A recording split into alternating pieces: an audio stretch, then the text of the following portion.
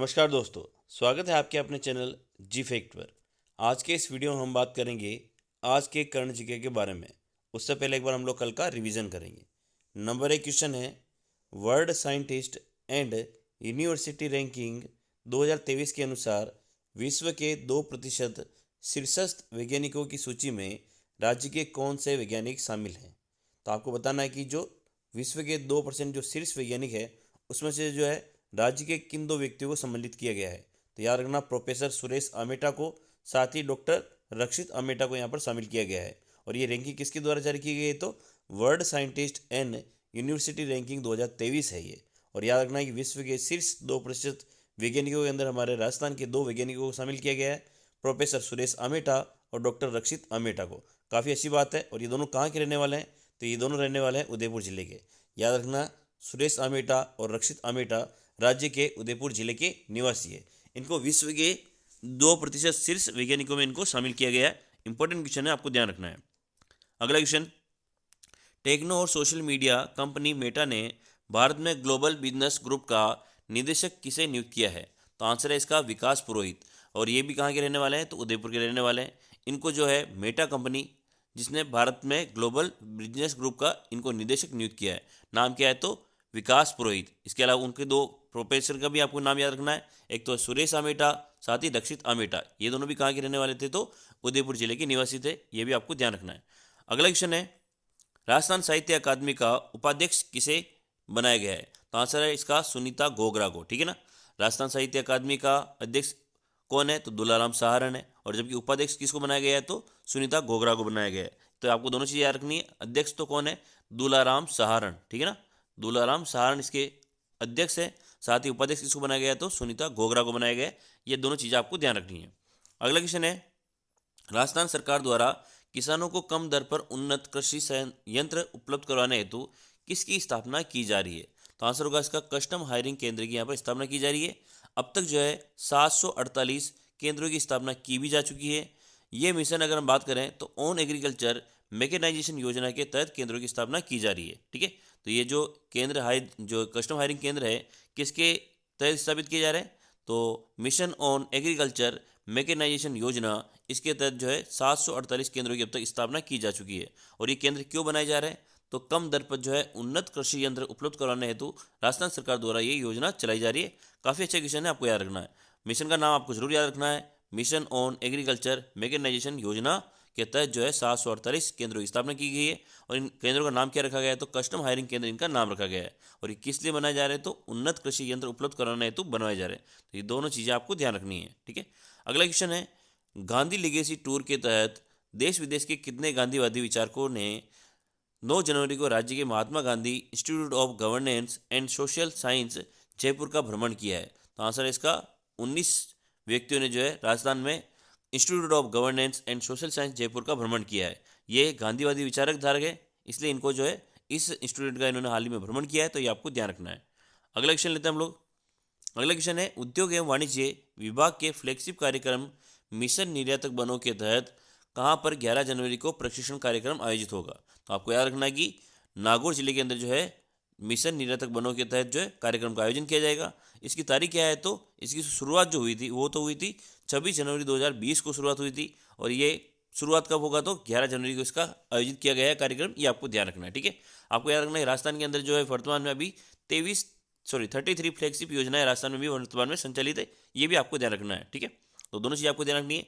Mission निर्यातक बनों का कार्यक्रम का आयोजन कहाँ होगा? तो नागौर के अंदर होगा। इसकी शुरुआत कब हुई थी? तो शुरुआत हुई थी 26 अक्टूबर 2020 को। और इसके अलावा हम बात करें ये वर्तमान में कब इसका जो प्रशिक्षण कार्यक्रम का आयोजित होगा, तो नागौर के अंदर 11 जनवरी को इसका आयोजन होगा। याद रखना, राज्य में इस बार वर्तमान में 33 फ्लैगशिप योजनाएं भी संचालित है। यह भी आपको ध्यान रखना है। अगला है, तंबाकू मुक्त अभियान राज्य के किस जिला प्रशासन द्वारा चलाया जा रहा है? तो आंसर होगा इसका अलवर द्वारा जो है तंबाकू मुक्त अभियान चलाया जा रहा है। और ये 40 दिवसीय कार्यक्रम है। ये भी आपको ध्यान रखना है। अच्छा क्वेश्चन है, आपको ध्यान रखना है। अगला क्वेश्चन है, दिल्ली की इंडिया इंटरनेशनल सेंटर की तर्ज पर राज्य में कहाँ पर राजस्थान इंटरनेशनल सेंटर की स्थापना की जाएगी? ये भी अच्छा क्वेश्चन है। आंसर होगा इसका जयपुर। यानी दिल्ली के अंदर जो इंडिया इंटरनेशनल सेंटर बनाया गया है उसी की तर्ज पर जो है राजस्थान में भी जो बनेगा राजस्थान इंटरनेशनल सेंटर, जो कि कहाँ बनेगा? तो जयपुर के अंदर बनाया जाएगा। ये आपको ध्यान रखना है। ठीक है। अगला क्वेश्चन है, विज्ञान और प्रौद्योगिकी विभाग द्वारा इंस्पायर अवार्ड मानक योजना 2022-23 में राजस्थान के किस जिले से सर्वाधिक बाल वैज्ञानिकों का चयन हुआ है? तो आंसर होगा इसका जयपुर से। और कितने बाल वैज्ञानिकों का चयन किया गया है? तो 750 बाल वैज्ञानिकों का चयन किया गया है। इंपॉर्टेंट क्वेश्चन है, ये भी याद रखना। इंस्पायर्ड अवार्ड मानक योजना 2022-23 में राजस्थान से जयपुर में सर्वाधिक बालकों का चयन किया गया है और ये बालक कितने हैं? तो 750। इनको दिया जाएगा इंस्पायर्ड अवार्ड मानक योजना 2022-23 के तहत इनका चयन किया गया है। और ये किसके द्वारा दिया जा रहा है? तो विज्ञान और प्रौद्योगिकी विभाग द्वारा दिया जाएगा। तो ये भी आपको ध्यान रखना है। अगला क्वेश्चन, हाल ही में इंदिरा गांधी स्टेडियम चित्तौड़गढ़ का शिलान्यास किसके द्वारा किया गया है? तो अनुराग सिंह ठाकुर के द्वारा जो है चित्तौड़गढ़ के अंदर जो है इंदिरा गांधी स्टेडियम चित्तौड़ का हाल ही में शिलान्यास किया गया है। ये आपको ध्यान रखना है। तो ये तो थे हमारे कल के क्वेश्चन। अब हम लोग करेंगे आज की क्विज के क्वेश्चन। उससे पहले एक बार प्लीज़ आप लोग वीडियो को लाइक कर दें और चैनल को सब्सक्राइब कर दें। आपको इससे प्यारे प्यारे क्वेश्चन मिलते रहेंगे, लगातार रोज दिन अपडेट मिलती रहेगी आपको। तो प्लीज़ वीडियो को आप लोग लाइक जरूर कर दें। 18वीं राष्ट्रीय जम्बूरी में सर्वश्रेष्ठ राज्य का पुरस्कार किसको दिया गया है? ऑप्शन नंबर ए है राजस्थान, बी है गुजरात, सी है महाराष्ट्र और डी है हरियाणा। तो आपको पता है कि इसका आंसर क्या होगा? राजस्थान, ठीक है ना, क्योंकि सीधी बात है, इस बार जो है 18वीं राष्ट्रीय जम्बूरी का आयोजन कहाँ किया जा रहा है? राजस्थान के अंदर किया जा रहा है। राजस्थान में कौन सी जगह अगर हम बात करें तो रोहटपाली के अंदर जो है इसका आयोजन किया जा रहा है। 4 जनवरी से शुरू हुआ था, 11 जनवरी तक इसका आयोजन चला है। तो आपको याद रखना है कि राजस्थान के अंदर जो है राष्ट्रीय जम्बूरी का आयोजन किया जा रहा है 18वें नंबर की। इसलिए जो यहाँ पर सर्वश्रेष्ठ राज्य का पुरस्कार भी किसको दिया गया है? तो राजस्थान को दिया गया है। ये आपको ध्यान रखना है, ठीक है। 18वीं राष्ट्रीय जम्बूरी में सर्वश्रेष्ठ राज्य का पुरस्कार राजस्थान राज्य को दिया गया है। और ये किसके लिए दिया गया है? तो शील्ड फॉर अकाउंटिंग और शील्ड फॉर गाइड के लिए सर्वश्रेष्ठ राज्य का पुरस्कार यहाँ पर प्रदान किया गया है राजस्थान को। याद रखना है कि रोहटपाली के अंदर जो है 18वीं राष्ट्रीय जम्बूरी का आयोजन किया जा रहा है रोहटपाली के अंदर। तो ये आपको ध्यान रखना है। अगला है, राजस्थान साहित्य अकादमी द्वारा पांडुलिपि प्रकाशन योजना के अंतर्गत राजस्थान से कुल कितनी पांडुलिपियों का चयन किया गया है? ऑप्शन नंबर ए है 121, बी है 125, सी है 119 और डी है 109। यहाँ पर बात हो रही है राजस्थान साहित्य अकादमी द्वारा पांडुलिपि प्रकाशन योजना के अंदर। ये बात हो रही है किसकी? पांडुलिपि प्रकाशन योजना की बात हो रही है। इसके अंतर्गत राजस्थान से कुल कितनी पांडुलिपियाँ का चयन किया गया है? तो आंसर होगा इसका 121। और अभी हम लोगों ने बात ही की थी कि भाई सुनीता घाघोरा का तो यहाँ पर जो इसका उपाध्यक्ष बनाया गया है, साथ ही यहाँ पर दुलाराम सहारण को क्या बनाया गया है? इनके अध्यक्ष बनाया गया है। तो दोनों चीज़ें आपको याद रखना। सुनीता घोघरा तो क्या है यहाँ पे? उपाध्यक्ष है। और दुलाराम सहारण क्या है? अध्यक्ष है। और पांडुलिपि की बात करें तो कितने को चयन किया गया है? 121 पांडुलिपि का यहाँ पर चयन किया गया है। किसकी बात हो रही है? तो पांडुलिपि प्रकाशन योजना की यहाँ पर बात हो रही है। राजस्थान की 121 पांडुलिपि का यहाँ पर चयन किया गया है। ये आपको ध्यान रखना है। राजस्थान साहित्य अकादमी द्वारा पांडुलिपि प्रकाशन योजना के अंतर्गत राजस्थान से कुल 121 पांडुलिपियों का चयन किया गया है। ये आपको ध्यान रखना है। इंपॉर्टेंट क्वेश्चन है, अच्छा क्वेश्चन है, याद रखना है। अगला है, भीलवाड़ा जिला प्रशासन द्वारा भीलवाड़ा महोत्सव का आयोजन कब से किया जाएगा? ऑप्शन नंबर ए 12 से 14 जनवरी, बी है 11 से 14 जनवरी, सी है 26 से 30 जनवरी और डी है 26 से 31 जनवरी। तो याद रखना है कि भीलवाड़ा महोत्सव का आयोजन जो है 12 से 14 जनवरी के अंदर किया जाएगा। भीलवाड़ा को आप लोग टेक्सटाइल सिटी के नाम से भी जानते हो, ठीक है ना। तो याद रखना है कि भीलवाड़ा में अगर हम बात करें तो ये भीलवाड़ा महोत्सव का आयोजन कहाँ होगा, कब होगा? तो 12 से 14 जनवरी के अंदर जो है भीलवाड़ा महोत्सव का आयोजन किया जाएगा, ठीक है। इसके अलावा आपको पता है भीलवाड़ा के अंदर जो है हुड्डा सम्मेलन का आयोजन भी किया गया था 17 जुलाई 1934 को। भीलवाड़ा हुड्डा कहाँ है? तो भीलवाड़ा के अंदर ही है। और भीलवाड़ा महोत्सव का आयोजन कब होगा? तो 12 से 14 जनवरी के बीच में आयोजन किया जाएगा। ये आपको ध्यान रखना है। भीलवाड़ा जिला प्रशासन द्वारा भीलवाड़ा महोत्सव का आयोजन 12 से 14 जनवरी तक किया जाएगा।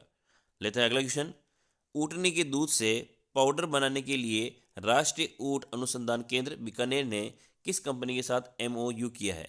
ऑप्शन नंबर ए है लेक्टो पर्ल कंपनी, बी है अमूल, सी है टाटा ग्रुप, डी है इनमें से कोई नहीं। यहाँ पर बात याद रखना, देखो दो क्वेश्चन यहाँ पे याद रखना है आपको। एक तो यहाँ पे ऊँटनी के दूध से क्या बनाया जा रहा है? पाउडर बनाया जाएगा। इसके लिए किसके साथ MOU किया है? इसका आंसर मैं अभी आपको बताऊंगा। ये चीज़ याद रखने की, राष्ट्रीय ऊँट अनुसंधान कहाँ है? तो बीकानेर के अंदर है। ये भी आपको ध्यान रखना है कि राष्ट्रीय ऊँट अनुसंधान केंद्र कहाँ है? बीकानेर के अंदर है। और याद रखना कि दूध के जो ऊँटनी का दूध होता है उसमें क्या होता है? कैल्शियम की मात्रा होती है। इस वजह से क्या होता है कि वो जमता नहीं है, एक तरीके से उसका दही नहीं बनता है। तो याद रखना है कि ये राष्ट्रीय ऊँट अनुसंधान केंद्र बीकानेर जो है ये किसके साथ MOU किया है? तो यहाँ पर आंसर होगा लेक्टो पर्ल कंपनी के यहाँ पर साथ में यहाँ पर समझौता किया गया है, जो कि ऊँटनी के दूध से क्या बनाएगा? पाउडर बनाएगा। तो ये आपको ध्यान रखना है। लेक्टो पर्ल कंपनी इसका आंसर हो जाएगा। इंपॉर्टेंट क्वेश्चन है, ये भी आपको ध्यान रखना है।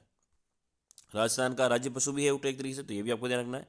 ऊँटनी के दूध से पाउडर बनाने के लिए राष्ट्रीय ऊँट अनुसंधान केंद्र बीकानेर ने लेक्टो पर्ल कंपनी के साथ में MOU किया है, जो कि क्या करेगा? तो ऊँट दूध जो होगा उससे पाउडर बनाएगा, ये आपको ध्यान रखना है। लेते हैं अगला क्वेश्चन।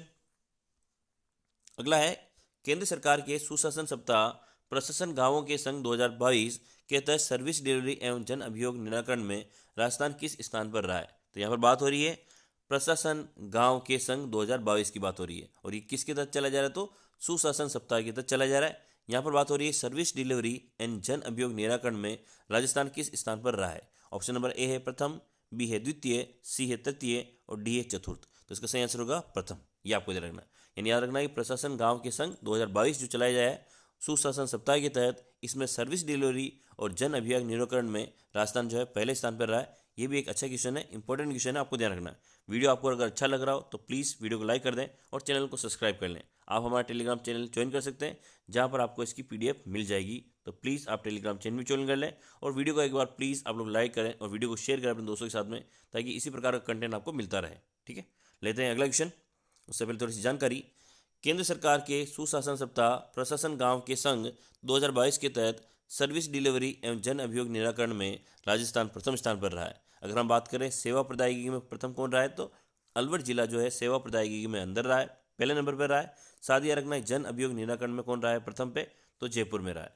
याद रखना है कि भाई प्रशासन गांव के संघ जो है सर्विस डिलीवरी और जन अभियोग निराकरण, इन दोनों में राजस्थान का पहला नंबर आया है। अगर हम बात करें सेवा प्रदायगी में अगर पहला जिले कौन रहा है, तो अलवर रहा है। साथ ही याद रखना है कि जन अभियोग निराकरण में प्रथम स्थान किसका रहा है, तो जयपुर का रहा है। तो ये भी आपको ध्यान रखना है। ठीक है, इसके अलावा तंबाकू मुक्त अभियान भी कहाँ चला जा रहा है, अलवर के अंदर चला जा रहा है। अभी हमने जस्ट ऊपर देखा था, तो ये भी आपको याद रखना है। लेता है अगले क्वेश्चन। अगला क्वेश्चन है, justice Hidayatullah life time achievement award किसे दिया गया है? ऑप्शन नंबर ए है देवेंद्र कुमार माथुर, बी है दिनेश विजयवर्गीय, सी है करण शर्मा और डी है विजय कुमार। तो इसका सही आंसर होगा देवेंद्र कुमार माथुर को जो है justice Hidayatullah life time achievement award दिया गया है। अच्छा क्वेश्चन है, ये भी आपको ध्यान रखना है कि justice Hidayatullah life time achievement award किसको दिया गया है, तो देवेंद्र कुमार माथुर को दिया गया है। क्या नाम है? देवेंद्र कुमार माथुर। कौन सा पुरस्कार दिया गया है, तो justice Hidayatullah life time achievement award इनको दिया गया है। नाम है देवेंद्र कुमार माथुर। 2-3 बार रिवाइट करने से आपको थोड़ा सा याद हो जाएगा, तो प्लीज़ इसको थोड़ा ध्यान से रखें। Justice Hidayatullah life time achievement award Devendra Kumar Mathur को दिया गया है, ये आपको ध्यान रखना है। अगला क्वेश्चन है, 16-17 जनवरी को राजस्थान कला साहित्य उत्सव मेद पाठ का आयोजन कहाँ किया जाएगा? ऑप्शन नंबर ए है उदयपुर, बी है भीलवाड़ा, सी है चित्तौड़गढ़, डी है राजसमंद। बात हो रही है, देखो यहाँ पर राजस्थानी कला साहित्य उत्सव मेद पाठ की यहाँ पर बात हो रही है। ठीक है, इसका आयोजन कहाँ होगा, तो उदयपुर के अंदर इसका आयोजन किया जाएगा। तारीख क्या है, तो 16 से 17 जनवरी इसकी आयोजन की तारीख है। यहाँ पर बात हो रही है राजस्थानी कला साहित्य उत्सव मेद पाठ का आयोजन कहाँ होगा, तो उदयपुर के अंदर इसका आयोजन कार्य किया जाएगा, ये आपको ध्यान रखना है। ठीक है, 16-17 जनवरी को राजस्थानी कला साहित्य उत्सव मेद पाठ का आयोजन उदयपुर के अंदर किया जाएगा, ये आपको ध्यान रखना है। अगला क्वेश्चन है, चंबल पर बने तीनों बांध राणा प्रताप सागर, जवाहर सागर, कोटा बैराज की जीर्णोद्धार के लिए विश्व बैंक के द्वारा कितने करोड़ रुपए की वित्तीय मंजूरी प्रदान की गई है? ऑप्शन नंबर ए है 183 करोड़ रुपए, बी है 163 करोड़ रुपए, सी है 159 करोड़ रुपए, डी है 184 करोड़ रुपए। तो इसका सही आंसर होगा 183 करोड़ रुपए। आप सबको पता है ये क्वेश्चन मैंने रिपीट किया है, थोड़े दिन पहले लिया था इसको, तो काफ़ी इंपॉर्टेंट क्वेश्चन होने की वजह से लिया है। राणा प्रताप सागर, जवाहर सागर और कोटा बैराज, ये तीनों किस पे है, तो ये चंबल नदी के ऊपर बने बांध है। ये तीनों बांध जो है, अगर हम बात करें उद्गम से, राजस्थान में जब चंबल नदी प्रवेश करती है तो सबसे पहले उसके ऊपर कौन सा बना हुआ है, राणा प्रताप सागर। उसके बाद में जवाहर सागर बना हुआ है कोटा के अंदर, और कोटा बैराज भी कहाँ बना हुआ है, कोटा के अंदर। अगर हम बात करें राणा प्रताप सागर और जवाहर सागर, इस पर तो जो है विद्युत का उत्पादन किया जाता है। अगर हम बात करें कोटा बैराज की, तो इसको पेयजल के लिए और सिंचाई के लिए इसको यूज़ किया जाता है। यहाँ पर जो है विद्युत की आपूर्ति नहीं होती है। तो इन दोनों की अगर हम बात करें, तो जवाहर सागर और कोटा बैराज राणा प्रताप सागर में जो है विद्युत का उत्पादन किया जाता है, ये आपको ध्यान रखना। और इसके अंदर जो है 172 मेगावाट विद्युत का उत्पादन किया जाता है, ये आपको ध्यान रखना है। टोटल मिला के अगर हम बात करें इसकी, तो इसमें जो है मध्य प्रदेश और राजस्थान की बराबर की इसमें हिस्सेदारी है इन तीनों परियोजना के अंदर। तो ये चंबल परियोजना के अंदर, ये भी आपको ध्यान रखना है। और इसके लिए विश्व बैंक के द्वारा कितना सहयोग दिया गया है, तो 183 करोड़ रुपये सहयोग प्रदान किया गया है। तो ये सारी चीज़ें आपको ध्यान रखनी है। चंबल पर बने तीनों बांध राणा प्रताप सागर, जवाहर सागर, कोटा बैराज की जीर्णोद्धार के लिए विश्व बैंक के द्वारा 183 करोड़ के रुपए वित्तीय मंजूरी प्रदान की गई है। ठीक है, ये आपको ध्यान रखना है। अगला क्वेश्चन है, देश का सबसे बड़ा 50 बेड का बोन मेरो ट्रांसप्लांट सेंटर राज्य में कहाँ पर स्थापित किया जा रहा है, यानी कहाँ बनाया जा रहा है? ऑप्शन नंबर ए है जयपुर, बी है जोधपुर, सी है उदयपुर और डी है अलवर। तो इसका सही आंसर होगा जयपुर के अंदर जो है देश का सबसे बड़ा, ये भी याद रखना इंपॉर्टेंट क्यों हो जाता है, क्योंकि देश का सबसे बड़ा है 50 बेड का बोन मैरो ट्रांसप्लांट सेंटर राज्य में जो है जयपुर के अंदर बनाया जा रहा है। अच्छा क्वेश्चन है, आपको ध्यान रखना है, ठीक है। देश का सबसे बड़ा 50 बेड का बोन मैरो ट्रांसप्लांट सेंटर राज्य में जयपुर में बनाया जा रहा है, इंपॉर्टेंट क्वेश्चन है। अगला क्वेश्चन है G20 के रोजगार कार्य समूह के बैठक का आयोजन कहाँ किया जाएगा।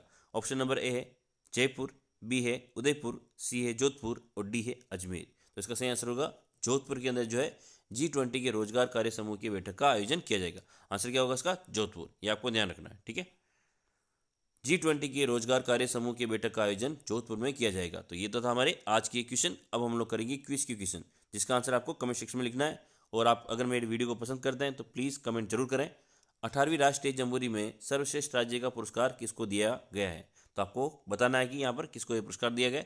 कमेंट सेक्शन में इसका आंसर आपको जरूर लिखना है। अगला क्वेश्चन है केंद्र सरकार के सुशासन सप्ताह प्रशासन गांव के संघ 2022 के तहत सर्विस डिलीवरी और जन अभियोग निराकरण में राजस्थान किस स्थान पर रहा है। याद रखना है सर्विस डिलीवरी में जो है प्रथम स्थान पर कौन सा जिला रहा है वो भी आपको लिखना है। इसके अलावा जन अभियोग निराकरण में भी कौन सा जिला जो है प्रथम स्थान पर रहा है, ये भी आपको कमेंट सेक्शन के अंदर लिखना है। वीडियो को प्लीज़ लाइक करें, चैनल को सब्सक्राइब करें। जय हिंद, जय भारत।